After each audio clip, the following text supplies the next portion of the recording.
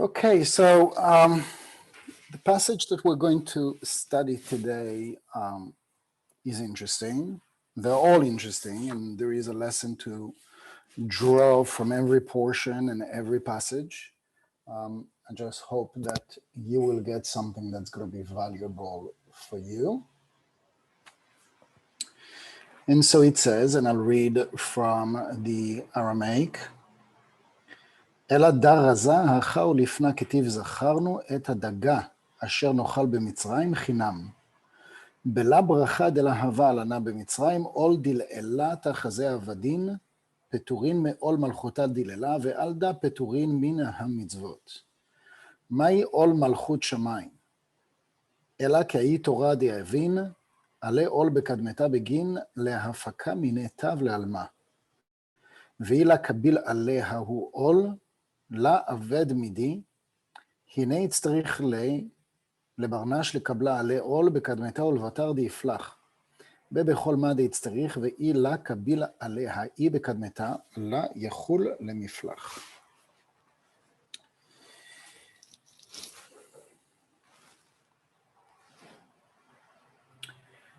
In truth, this is the secret. We remember the fish which we did not eat in Egypt for nothing. And the meaning of for nothing, כתיב זכרנו את הדגה אשר נאכל במצרים חינם. For nothing, without a blessing. And we did not have a heavenly yoke in Egypt. It is a very interesting understanding because it says of the Israelites, as much as we could read from the writings that there were slaves in Egypt, but spiritually speaking, there were the opposite of slaves. They were free. But not the free that we are intending or that we can imagine. Because here it says, Asher nochal b'mitzrayim chinam. So basically they were not doing the spiritual work. They were not doing the blessings. They were not doing the precepts. They were not observing the Shabbat or the holidays. They were not doing the spiritual work. Slaves are exempt from the yoke of the kingdom of heaven, and so they are exempted from the commandments. And so when we study Kabbalah, and we have studied and learned this many times, that when we speak of the Israelites being slaves, we're not talking about them being slaves of people, but they were slaves of earthly, mundane, 1% physical things, emotional things, respect, pride, and all the sins that you can imagine. And when that is the greatest motivator of mankind, of humankind, then you can label that person as a slave, because what determines if a person is happy a lot of times in our society is if you have a certain level of success or amount of money in the bank account or live in a certain house, drive a certain car, especially in comparison to your neighbor, right? This is often, all sorts of proverbs that are being said about that. And unfortunately, we are spending a lot of this time or life drive at what makes us slave. And if it's not physical things, it is emotional things such as respect and approval and whatnot. It is like an ox upon which they first placed a yoke in order to work with him and draw benefit from him for the world. And so it is thanks to the ox that carries the yoke, that does basically the work, that you have the people afterwards that would benefit from reaping the fruit or whatever is going to grow into that land. That is obviously a metaphor. It is not for us to go back and become agriculturalists, but it is the acceptance of, or the necessity of that yoke that is being discussed. And if he does not accept that yoke, it does not work at all. He is, as to say, exempt from that work. So man must accept upon himself the yoke of the heavenly kingdom first, and then he will toil with it all that he needs. However, if he does not accept this yoke upon himself first, he cannot work. It's like almost like a catch-22. So to do the work, as you can imagine, together with the word that comes with it, it's not the most convenient thing to do the work. We prefer getting the free lunch, right? We prefer to get things for free. And so this is basically where the Israelites were.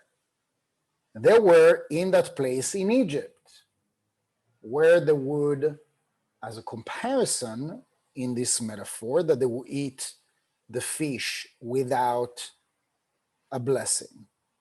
Or in other words, they basically would not do the spiritual work. And as a result, they became slaves of whatever governs the realm of Malchut. Fear, worry, anxiety, stress, whatnot. היי דכתיב עבדו את השם ביראה, מהו ביראה? כדאי דכתיב ראשית חוכמה יראת השם, ודע מלכות שמיים ובגין כך עול מלכות שמיים ועל דהאי בקדמתה הוא דחולה. מה נוכח תפילה בקדמתה של יד, בגין דבהי אייל לשאר קדושה, והיא ההיא לה אשתכח לגבי, לה שריה בקדושה לאלה, בגימל כף בזאת, יבוא אהרון אל הקודש וגומר כתיב. Serve Hashem with fear, it is written in the Tehillim. What is the meaning of fear? It is as it is written, the fear of Hashem is the beginning of wisdom. This refers to the kingdom of heaven, as Malchut is called fear. And for this reason, it becomes the yoke of the heavenly kingdom. And so this is where it all started, since Malchut is the first sphira, the first dimension, going from below upward. And what does prove that? That we don the hand tefillin first, being the secret of Malchut, and afterwards the head tefillin, which is the secret of Zeir Anpin. That is because through Malchut, one enters the rest of holiness. If this is not found by him, the celestial holiness cannot rest upon him. For this is right. For this it writes, thus did Aaron come into the holy place. Okay. So obviously the fear that we're discussing is not the fear of spiders. And we have discussed that, I think, a lesson or two ago about the idea of fear or Irat Hashem, because when we are reaching the fear of God, not the religious concept of fear of God, that is when it is written, it is the beginning of wisdom. So a person who is wise is a person that is without the earthly fears. But a person with wisdom is a person that gains and earns and elevates to a place that he has awe, and he has appreciation and respect for the spiritual rules of this reality, of this physical reality. Which means that a lot of times, you'd have a spiritual person, a wise person, would not do certain things because he knows the cost of or retribution or impact of being reactive, and would therefore ask always the question, is it worth it? There is in comparison, there is a lesson about the angels. Why don't angels do the same mistakes as mankind, humankind? And that is in comparison, like a sort of like an image, an image of somebody who would grab a hammer and hit his hand or her hand intentionally. And so obviously, like when you think about it and you're sane, you wouldn't do something like that. You wouldn't intentionally hurt yourself by grabbing a hammer and hit your hand. Everybody's on the same page here? Yes? Meaning you wouldn't grab a hammer intentionally to hurt yourself. And so in the same way, angels would not do the same mistakes or short circuits that human beings are doing all day long, such as being reactive and judge and, be selfish or whatnot. Why? Because they know, they realize they are in that level of awe, in that level of awareness, in that level of wisdom, that they connect to the bigger picture and they know the impact. Why would I do such a thing? So that kind of fear is the fear of pain. You don't want to experience unnecessary pain. But you see, the mankind, or the one that is trapped in this level of malchut, we know that it's going to hurt, or at least we knew it at some point, and then we either forgot or to choose to ignore it. The way you know that it's not good to judge, you know that it's not good to get upset and to be worried and to be anxious and to be stressed and to dwell in victimness. You know that it's not good for you. But what you're lacking is the fear of Hashem. What we are lacking is the fear of Hashem, because if I had that fear, just like a tiny speck of what the angels have, I wouldn't waste any minute in punishing myself, in guilt and worry and resentment, because I would have that understanding and that fear that if I'm going to dwell 1 minute in it, the cost is loss of light. The cost is sadness. The cost is dwelling depression, loss of hope. And so, in order obviously to reach that place that you have been granted with that wisdom that is called the fear of Hashem, one needs to accept upon himself or herself to do the work, to do the spiritual work. Or we can be the ones that decide not to do the spiritual work and to be free. To be free from that yoke. But to be free from that yoke, you understand how it's a catch-22, yes? To be free from that yoke is also going to keep us away from gaining that wisdom, raising to that elevated state of fear of Hashem, making better decisions for ourselves and for our loved ones, but also reaping, harvesting everything that comes from the ox carrying the yoke and working the land and reaping afterwards all the great things that are growing on that land that is called Malchut. So all the blessings that come in Malchut, you can just imagine, it is all the things that we can ever imagine, that you can ever want, can come to you, as long as we are accepting upon ourselves the yoke. Now, the yoke or the work, I guess it's a personal thing. What you take upon yourself, what you feel comfortable taking upon yourself to do that spiritual work. Kabbalah is setting out the rules or precepts on telling us if you do A, B, and C, it can be considered as the spiritual work, as it is given us here, the first example. זכרנו את הדג אשר נאכל במצרים חינם, בלי ברכה. So the Israelites, when they were in Egypt, they were eating the fish, or basically they were eating food, but they were eating it for nothing, without a blessing. Why make a reference to a blessing? Because blessing is one of the precepts. So what, we need to do blessings on just about anything that we put in our mouth? A lot of people would have come to that place where they do it religiously.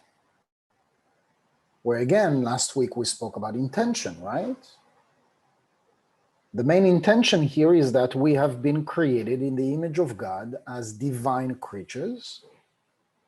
Each and every single one of us is born as a divine creature, and our purpose in life is to elevate sparks. So let it be sparks that exist in anything and everything that's around us, or restore sparks that we have lost in all sorts of circumstances from previous lifetime. And that is why we call the tikkun. We have to go through certain circumstances and situations to face again those situations or reestablish those situations that happen in a previous lifetime. And it is our opportunity to restore the lost sparks of our own soul. So very often we're looking at a situation that has hurt us in divorce, in a cheating situation, or somebody stole from us, somebody betrayed us, somebody doesn't love us the way that we expect or want this person to love us. And in all those situations, they are physically, emotionally, mentally hurtful. It is a lot of times agonizing, and a lot of people don't have the means, the tools, the knowledge, the wisdom on how to handle them. It is when we are learning spirituality, Kabbalah, and whatnot, that we come to understand that we're facing certain things in order to restore sparks. And so let it be through a moment of understanding what is the lesson, what is the universe trying to teach you. Okay, so you've been abandoned in your childhood. The universe is trying to teach you that you can be independent and you can become the greatest and as best as you can be on your own, and you don't need anybody. And so a lot of lessons, life lessons such as these, that would help us to recapture certain sparks. But the example that is given to us here, such as food, we have learned in Kabbalah 3, Kabbalah 4, that we have, as a human being, we have the ability to restore sparks that exist in nutrients. You drink water, you drink coffee, you eat a sandwich or whatever. There is energy in everything. And so when we are saying in the blessing, for those that know about blessings, we say, blessed be you, God, for this piece of bread, or for this fruit, for this vegetable, whatever, for this drink, she'akol, mezonot, etc. And so every prayer, every blessing begins with, blessed are you, God, Baruch atah Hashem. And so we discuss this, and the Kabbalists are discussing this. Why do we need to almost to say, blessed are you, God? Why God needs human beings' blessings? God needs to be blessed by human beings? Obviously, the answer is no. So, what is the purpose? What is the intention of doing a blessing? And that you do the blessing like this, or you do it in a different way. It doesn't matter. You can come up with your own blessing. That's fine. The main idea is that we're saying, blessed are you, God, that is within each one of us. Blessed are you, God, that is within me, that has the power to awaken, to raise, to bring up this energy that is trapped in this physicality, and it is up to me to release it. I'm releasing this spark of energy, this spark of light. Not only I'm releasing it from this piece of bread, from this cup of coffee, but I'm also downloading this into my life. So we have the opportunity to, I go back to the text. I go back to the text that says, זכרנו את הדגה אשר נאכל במצרים חינם בלי ברכה. We can be that, which is to basically just be human beings, but the Zohar talks about us being much more than that. Talks about us being divine creatures. And a divine creature has a role to restore things back to their essence. And the essence of everything is light. And so we can eat, we can drink, we can speak, we can party, we can have dinner, we can go to vacation as human beings, right? But think about it for a moment. Everything has a purpose, and the purpose of everything is to restore. The only reason that we exist, that we breathe this air, is to give us another minute to elevate the consciousness of something, of someone. Starting with me, of course. And that starts with understanding this concept of serve Hashem with fear. To serve Hashem is either you do you live your physical life as the Israelites lived their to the full extent their physical life in Egypt, where there was just everything for free, meaning without the yoke and without the fear of God, without the yoke, without taking upon yourself to care about more than just yourself.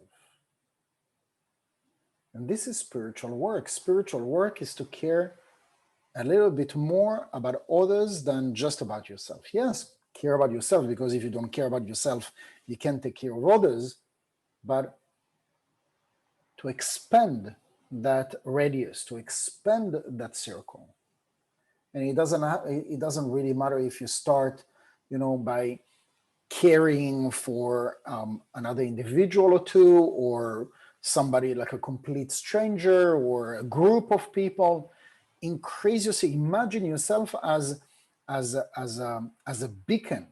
And as we are, when we are not spiritual, when we are not taking upon ourselves this yoke, this fear of Hashem, it's like that beacon is very restricted in a very thin layer of light that is surrounding me, that is self-sustaining me because I'm still breathing. But each and every single one of us has the ability to expand this aura, to expand this light to infinite. Not just our house, our village, or our city, or our country, our continent, and ultimately the world, the universe, where we can visualize how we are, by extension, just carrying the yoke of the light. Because if I'm going to harvest this light as a result, in connection with me having more light, how many more people are going to touch upon this light if I am to be in a relationship with anybody around me? So the immediate result is that your family or your extended family are the ones that are going to be the first to reap the rewards of you raising your consciousness. The contrary is basically you're not doing anything special to elevate your consciousness to that extent of what the Zohar is discussing, and your people are just not going to experience any difference. It's just going to be all the same you. But when we are tapping into something that is making us more than what we were, people notice it. What's going on? Something is different about you. Something has shifted. And a lot of times you don't even like see them or, you know, like go for coffee. They don't physically see you. They just feel your energy is shifting. Something in your speech, something in your behavior, something in you don't even have to talk sometimes. So we radiate. You know, we think about it like in a very mundane or even physical thing. You know, the Zohar talks about smell, talks a lot about smell, where the smell is a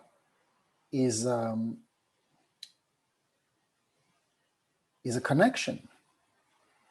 Is a connection to something that is positive or something that is negative. Some weeks ago, I mentioned about this woman that had in her inn, you know, motel or whatever, she had like this righteous man that came to sleep, and she knew that he was righteous from the smell of the sheets. The smell can represent so much about, you know, the connection, the elevation of an individual. A person can naturally, I mean, I'm not talking like, obviously, if somebody is not going to shower for a week, everybody's going to stink. But there is like a natural smell. There is a natural smell, and there are people that naturally smell like God. What's the first thing that comes to your mind? Babies. Babies always smell like angels. You're just like, oh my gosh, you smell so good. And without perfume, without anything. Why? Because at this stage, they're still angelic. They're still divine. It is only when we're starting to, you know, like the ego starts kicking in, it's mine, you know, like my 2-year-old starts saying, mine, mine, mine. That's the age that we're exposed, right? Like we're starting to understand, and she has siblings and they start, you know, grabbing from each other, mine, mine, oh, it's mine, and crying and whatever, tantrums. Thanks God we have a conscious parent at home, at least one of us. But when you think about it, like the smell. And so this is why it's been like years that I'm paying attention to that, not to judge, but to notice like a difference. There are people that just smell wonderful. And it's not a coincidence. It's not because they have a nice perfume.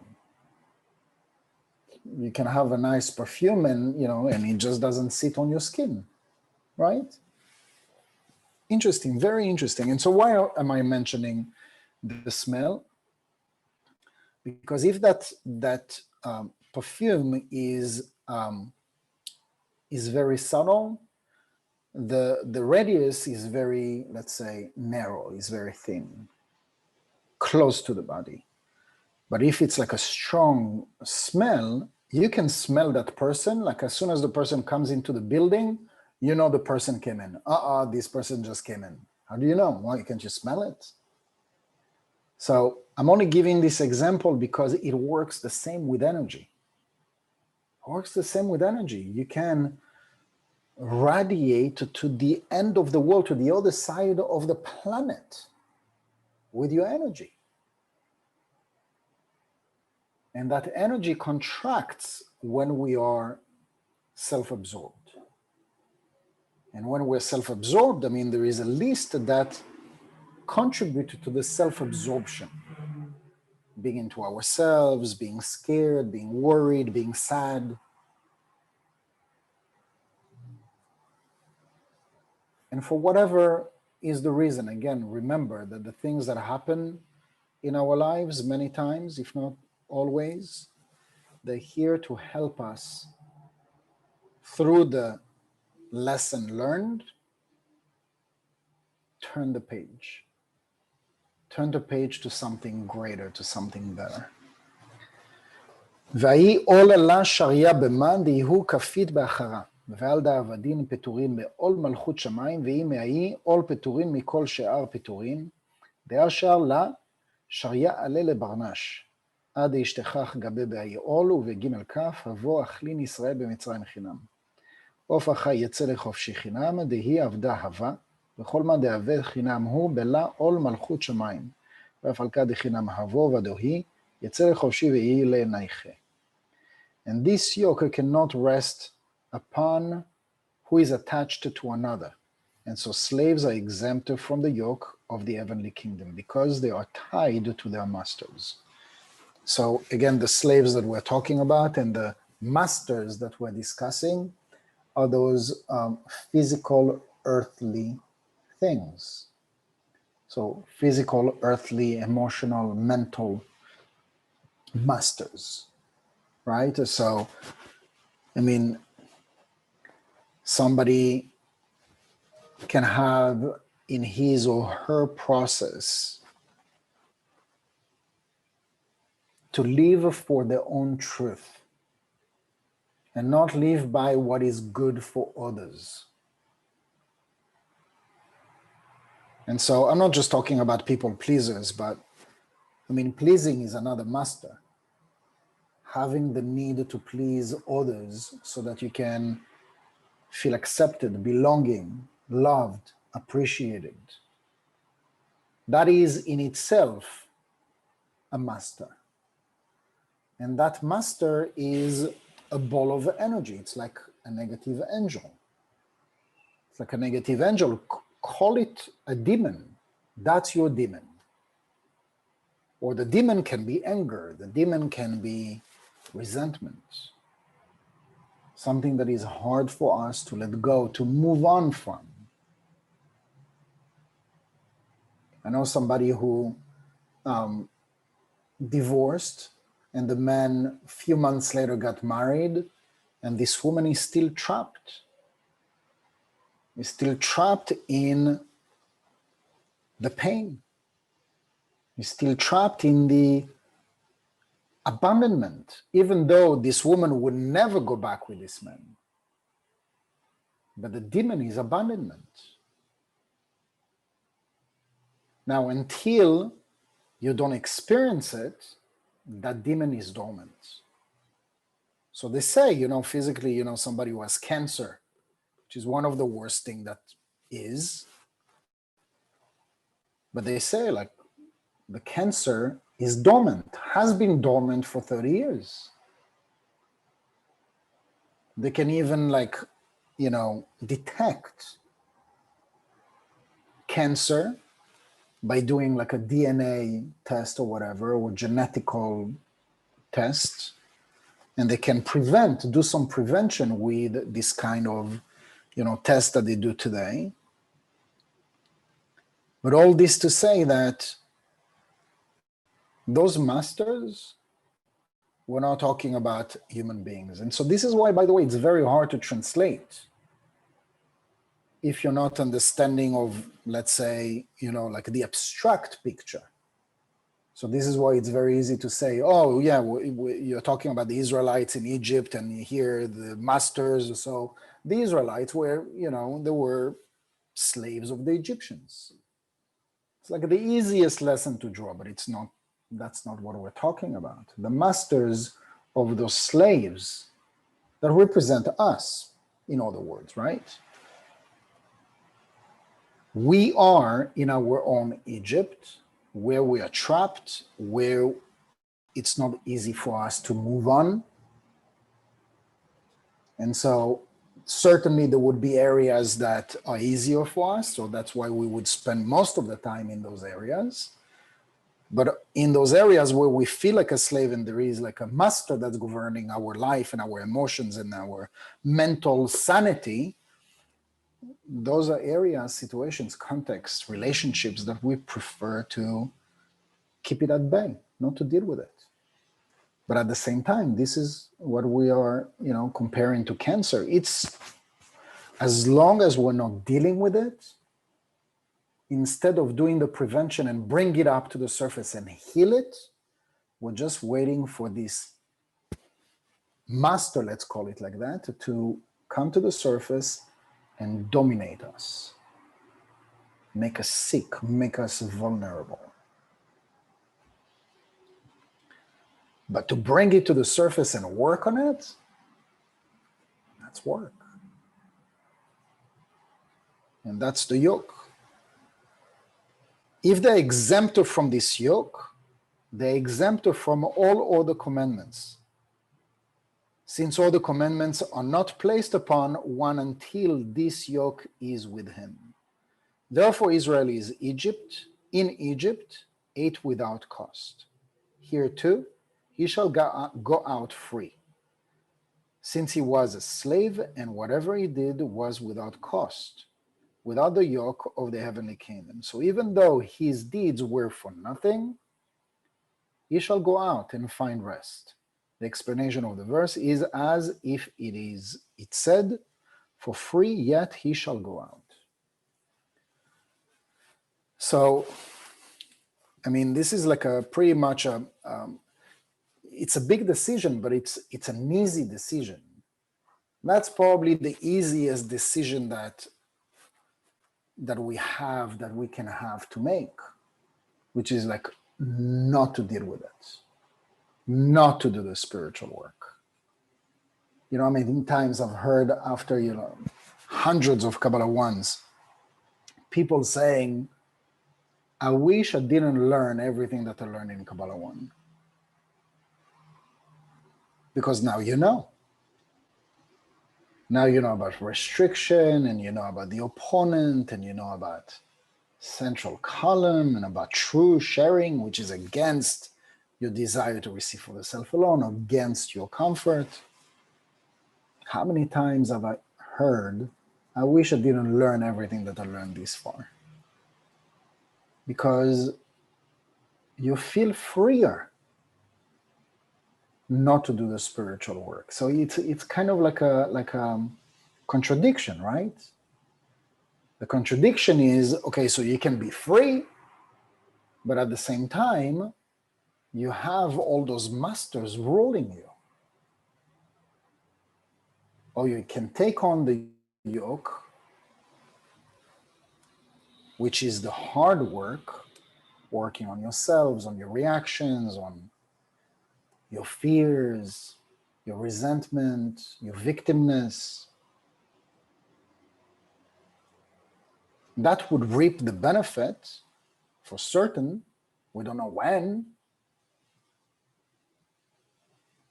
but you will be in the good grace of God.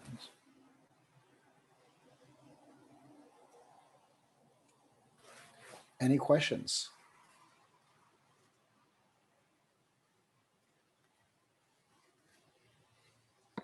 Yehuda, when you say fear of God in that translation, do you mean reverence towards God more than fear? Like, You know, it's a good question. I think that in my language, and every person can translate it in the way that works for you. But I think that in my understanding, the fear of God would be knowledge. But not like knowledge, you open the book and you learn about science. The knowledge of, I know better. I know better not to do A, B, and C, which would cause me to hurt myself. I know better. And usually we say that, by the way, after the fact. Why did I do that? I know better. It's this kind of knowledge, it's this kind of wisdom that I want to raise up to. And that would lead to the fear of Hashem. Because the fear of Hashem, even if we use it, it's probably the wrong word, but that's the pure translation. The fear of Hashem is the one that brings you to a place of more wisdom and knowledge. You know better. And so this is why, for angels, that we can raise up to that level, angels would not do the same mistakes as we do because they know better. As to not do X, Y, and Z, because why would I do something like that? It's going to lower my consciousness. It's going to hurt me. It's going to steal away my energy and all the credit and all the good that I've done this far. Why throw it by the window? So for angelic powers, it's like an obvious thing. So for me, it's knowledge. You know better. That's how I would translate the fear of God. Thank you. Sure. Yehuda, I have a comment. That's not only on quote bad, unquote things we do, but it's also on quote good, unquote things we do. The same effect, but in a positive way, correct? We know better. I know better that I need to help that homeless person, right? Yes, absolutely.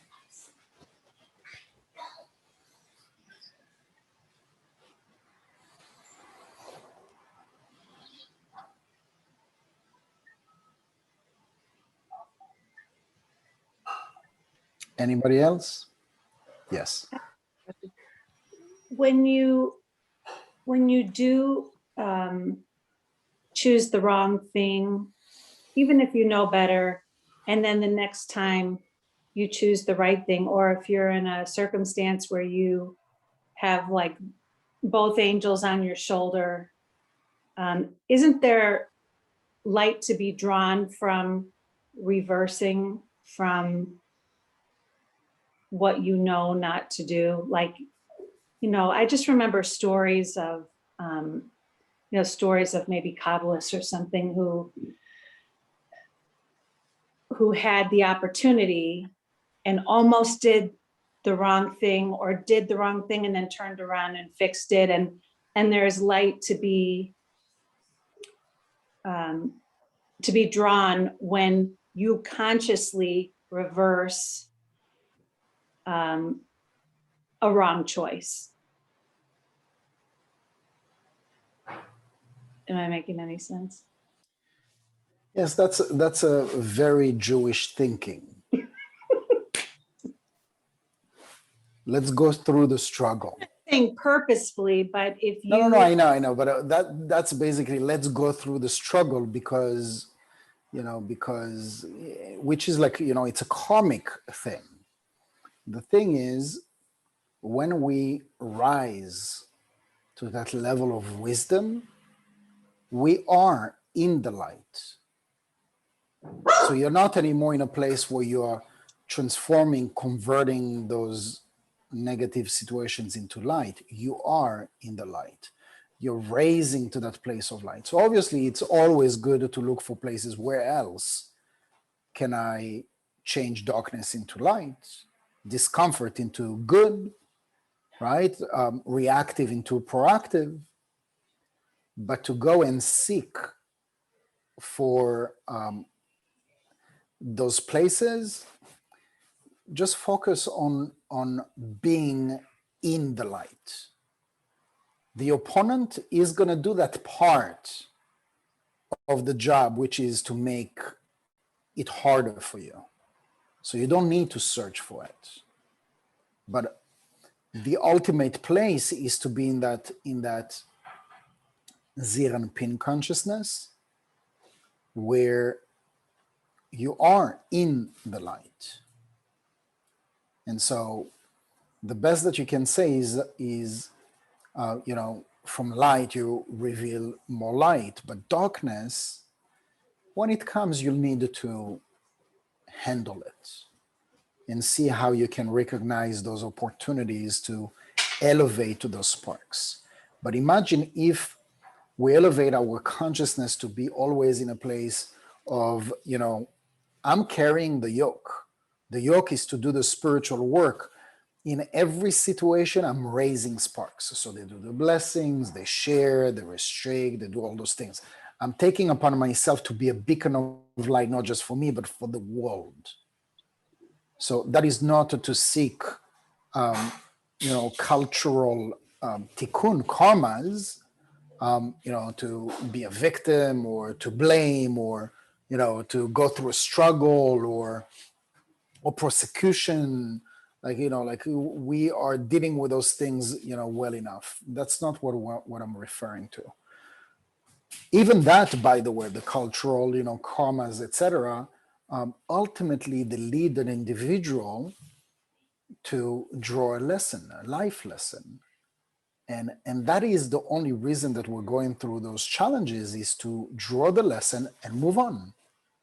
And so, the struggle can be for lifetimes, or truly can be for 5 minutes. And so we human beings, we don't like to struggle for 5 minutes. We love struggling for a lifetime, so that we have something to talk about, we have something to blame, and we have something to complain about, right? Like to make conversation, right? But imagine if our main focus is to reveal light. Light from light, you just reveal light. And your ability as a divine creature is, through a blessing as an example, is to raise sparks, is to do a connection, is to do a meditation, is to do a prayer or whatnot. All those situations are going to elevate your consciousness to be with the light more than it was. And so I'm comparing here an individual who is a slave to his or her masters, starting to take upon himself or herself the yoke of doing the spiritual work. Elevating that consciousness as a result would bring this person to maybe see even like what used to be darkness or what used to be negative situations as, as prices.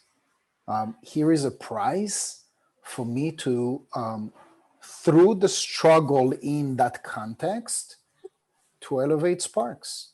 But to do a blessing shouldn't be a struggle. Meditate shouldn't be a struggle. A prayer shouldn't be a struggle. Caring for a friend who is having a hard time shouldn't be a struggle. Does it answer your question? What's up? You want to say hi? Okay.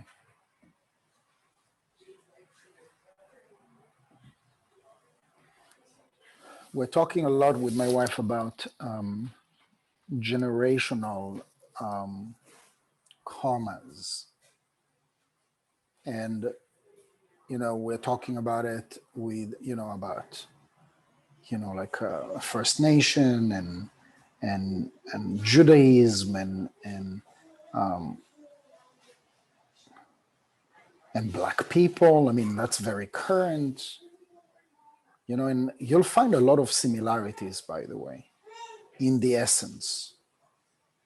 And so it is a very, very hot topic. So this is where we need to be very careful how we approach it and how we discuss it. But really what I want to take from that is it can be an added spice, to the spiritual work, to find the light, find the lessons, the individual lesson in that cultural tikkun, in that generational tikkun. But if we are to start from a place, this is why the Zohar mentioned that we all start, from the entrance. The entrance of the spiritual work is on the level of Malchut, and then you elevate from there. But we can experience light in the level of Malchut. It's still in disguise, but we can still experience light, moments of happiness, moments of connection. We're still experiencing them here. So the entrance, the starter of the spiritual work is Malchut. And if we are to focus on something that, let's say, that is easier, what can I do today to reveal light, but not from darkness? How can I reveal light right now? Right? And this is, like I said earlier, it's a very personal and individual question. What can I do today that's going to reveal more light? I woke up this morning and I said, you know what's going to make me really happy today is to listen to this song. And I put that song on, and it made me so happy. You know what? That's a connection. That's a connection. And you start your day like this. You just started your day with light. And imagine if you repeat this by 10, by 100 different things that you're going to do today that's going to represent light for you today. Your day is going to be so much brighter than yesterday, where you didn't do maybe half of it. So those moments of discomfort and challenges, they're going to come. Don't worry about it. You don't need to seek it necessarily. They're going to come. And when they come, all those moments, all those situations that you generated from nothing, basically, from nothing, you generated a light. Because if you didn't have, take that action of listening to that song, pray, meditate, relax, watch something that makes you happy or laugh or smile, you, out of nothing, you made something that is good. And all those repeated actions that you take, they are accumulated energy, positive energy that are going to help you once the challenge comes, because it's going to come, and overcome it in an easier way. And that helps you also to raise those sparks and raise this consciousness, reach that level of wisdom, so that in those moments of challenges, you're reacting better. Or if you used to be down for a week, then you're down now for a day or two. You'll see a difference. All right, I spoke too much today. You need to stop me. Thank you very much, everybody. And see you next week. Thank you. Thank you. Bye-bye.